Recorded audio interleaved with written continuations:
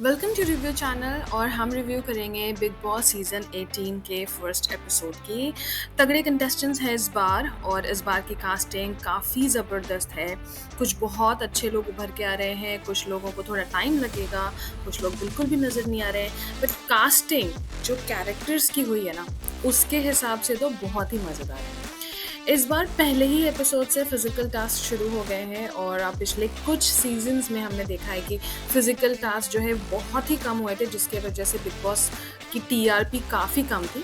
पर इस बार मुझे लगता है कि बिग बॉस के मेकर्स को भी समझ आ गया है कि इससे पहले वाले एपिसोड्स में उन्होंने कभी भी या सीजन में उन्होंने इतने ज़्यादा टास्क नहीं लेकर के आए थे, बिकॉज ऑफ विच उनका टीआरपी इतना कम था। तो होपफुली हमें आगे और भी टास्क देखने को मिलेंगे। So Bigg Boss ji please task continue रखिएगा। वैसे स्टार्टिंग में ही ना बिग बॉस ने ये टास्क दिया था चाहत को कि वो कन्विंस करें कि अपने अलावा किन्हीं दो बकरों को, मेरा मतलब है किन्हीं दो कंटेस्टेंट्स को जेल के अंदर डालना है। अब चाहत जो है वो स्मार्ट है, उन्होंने बहुत प्यार से बकरे यानी कि बग्गा जी और हेमा जी को जेल में डलवा दिया और खुद एक आजाद पंछी की तरह बाहर उड़ रही हैं, मजे ले रही हैं। अब हेमा जी को बुरा लग रहा है, उनको ये शायद डाउट भी है कि कहीं उन्होंने गलत फैसला तो नहीं ले लिया, कहीं उन्होंने प्यार में आकर के चाहत को हाँ बोल दिया और अब क्योंकि वो जेल में है वो बाहर नहीं निकल सकती, तो उनको ये सब बुरा लग रहा है। ये सब सुन के चाहत जो है ना उनको रोना आता है और इन सब के बीच जो सारा आरफीन खान है जो एक माइंड रीडर है, उन्होंने आकर के सही बात करी थी वैसे, कि उन्होंने बोला कि ये तो हेमा जी आपका ही डिसीजन था ना, तो फिर आपको क्यों बुरा लग रहा है। और फिर उन्होंने चाहत को भी बोला कि आपने ही तो भेजा है उनको, आपने ही तो उनको कन्विंस करा है, फिर आपको बुरा क्यों लग रहा है, आप रो क्यों रही हो। अच्छा, इसी बात पे बहस हो गई वहाँ पे और चाहत ने एक वर्ड जो बिग बॉस की हिस्ट्री में हर बार यूज़ हुआ है, वैसे इस सीज़न में फर्स्ट एपिसोड में ही हो गया, और वो है फुटेज।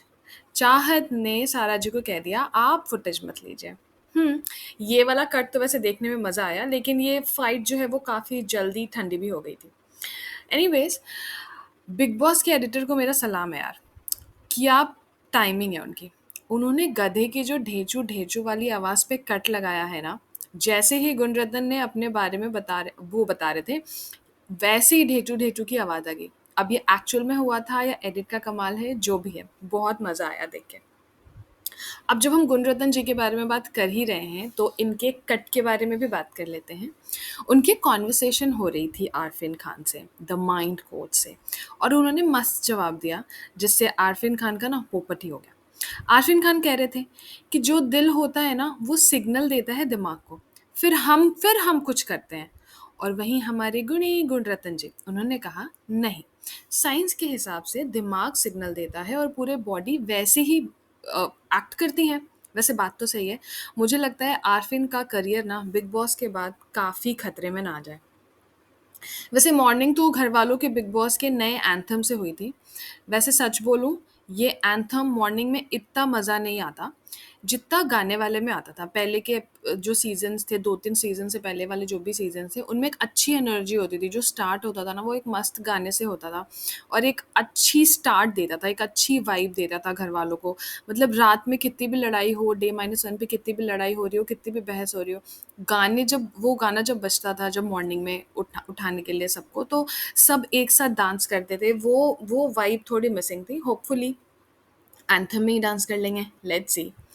घर वाले आपस में अच्छे से एक दूसरे को जानने की कोशिश कर रहे हैं, खूब सारी बातें कर रहे हैं, अपने पॉइंट्स प्रूव करने के बारे में बात कर रहे हैं। जैसे बग्गा जी और रजत की एक छोटी सी बहस भी हो गई, जहाँ पर रजत के वायरल वीडियो को लेकर, जिसमें वो क्लेम करते हैं लोग कि किसी बाइक वाले का एक्सीडेंट हो गया था। वहीं चुम और शहजादा के बीच में भी एक नेशनलिज्म को लेकर के बहस हो गई, जहाँ शहजादा ने ये बोल दिया कि ये चटनी तुम्हारे उधर की है, जिससे चुम काफ़ी ऑफेंड हो गई थी। वैसे रजत वाले कट में मुझे लगता है रजत काफ़ी ज़्यादा और जल्दी हाइपर हो गए थे। इस बात को आराम से कर सकते थे और मुझे लगता है कि वो ऐसे आ रहे थे जैसे वो बग्गा जी के ऊपर काफ़ी ज़्यादा हाइपर और चढ़ के आ रहे हैं। तो वो मुझे लगता है कि वो नॉर्मल कॉन्वर्सेशन हो सकती थी, एक सिविल कॉन्वर्सेशन हो सकती थी। मुझे लगता है रजत ओवर हाइपर हो गए थे। शहज़ादा वाले कट में भी मुझे लगता नहीं कि किसी की भी गलती है, क्योंकि शहज़ादा ने डिस्क्रिमिनेट करने के अंदाज़ में नहीं बोला था। उन्होंने इस अंदाज़ में चुम के लिए जो चीज़ बोली थी वो ये बोली थी कि ये तुम्हारे उधर की है ना? और फिर कुछ उनकी कन्वर्सेशन हो गई। चुम ने गुस्से में गाली भी दी। तो ऐसा लगता है कि चुम कुछ भी सहने वाले तो नहीं है, और अभी बस ये एक ही एपिसोड है, फर्स्ट एपिसोड है जिसमें ये सब हुआ है। तो मुझे लगता है कि जब ये आगे और ज़्यादा खुलेंगी और अपना मुंह खोलेंगी, अपने लिए स्टैंड लेंगे, तो शायद बिग बॉस को ज़्यादा बीप लगानी पड़े। इन सबके बीच में एक कंटेस्टेंट है जो सारे ही कैमराज में आ रही हैं, वो है श्रुतिका। वो अपनी लव लाइफ डिस्कस कर रहे हैं, उनके पति, उनके बच्चे, और उनके बात करने का अंदाज़, उनकी टाइमिंग बहुत कॉमिक लग रही है, बहुत फ़नी लग रही है।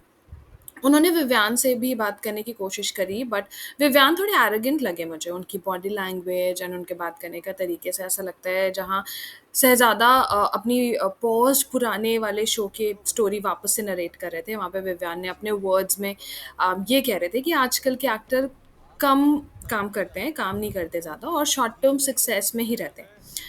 तो विवियान जी, किसी को सक्सेस अगर शॉर्ट टर्म मिल रही है तो वो क्यों नहीं लेगा? है ना? तो सक्सेस जितनी जल्दी मिल जाए उतना अच्छा है, इसमें कोई बुराई नहीं है। हालाँकि शहज़ादा भी बस एक ही टॉपिक को बार-बार डिस्कस कर रहे हैं और बोर कर रहे हैं। तो विवियान है थोड़े-से एरोगेंट, और शहज़ादा अगर और डिस्कस करे इस टॉपिक को तो बहुत ही बोर लगने लगेंगे। बाय द वे, टास्क शुरू हो चुका है पहले ही एपिसोड से, पर ख़त्म नहीं हुआ है। विवियान जो अपने साथ कॉफ़ी लेके आए थे, बिग बॉस ने उसको ज़ब्त कर लिया था, बट फिर रात को तपस्या टास्क के लिए उन्हें इस्तेमाल करने को भी दिया, जिसमें से एक पैकेट विवियान और अविनाश ने मिलकर छुपा दिया है। अब नेक्स्ट एपिसोड में पता चलेगा कि बिग बॉस का टास्क कंप्लीट होगा, या फिर ये गलती जो विवियान और अविनाश ने करी है वो कॉफ़ी काफ़ी बेकार और काफ़ी भारी ना पड़ जाए घर वालों को। सो मिलते हैं नेक्स्ट एपिसोड में और रिव्यू करेंगे, बट तब तक के लिए प्लीज़ जियो सिनेमा पे जाइए, बिग बॉस देखिए और एंटरटेन होइए। तब तक के लिए tata, bye bye. Please like, share और सब्सक्राइब भी करिएगा। Thank you.